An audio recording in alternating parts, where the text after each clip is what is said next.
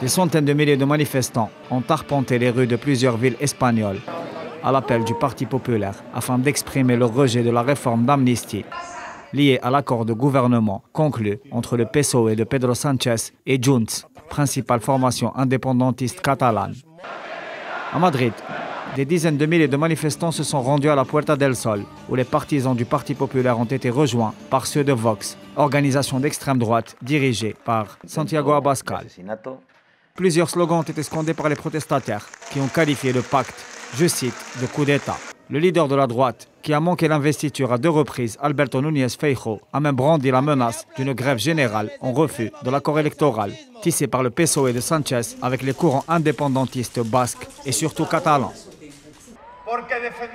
C'est parce que nous défendons un état de droit, parce que nous défendons la démocratie, que nous disons non à l'amnistie, non à l'impunité, non à l'inégalité et oui à une Espagne de citoyens libres et égaux en avenir.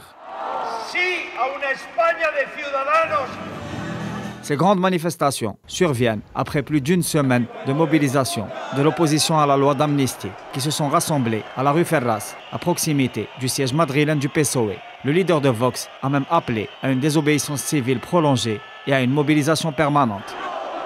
Certains rassemblements ont été marqués par des tensions qui ont débouché sur des affrontements avec la police et de nombreuses arrestations. L'État espagnol traverse une séquence de crise politique approfondie qui va en s'intensifiant depuis les dernières élections générales qui n'ont pas permis à la coalition de droite de gagner la majorité et d'accéder à la Moncloa. Pour sa part, la coalition PSOE-Sumar reproche à l'opposition de mener une stratégie du choc en organisant des manifestations violentes et de ne pas accepter le jeu démocratique.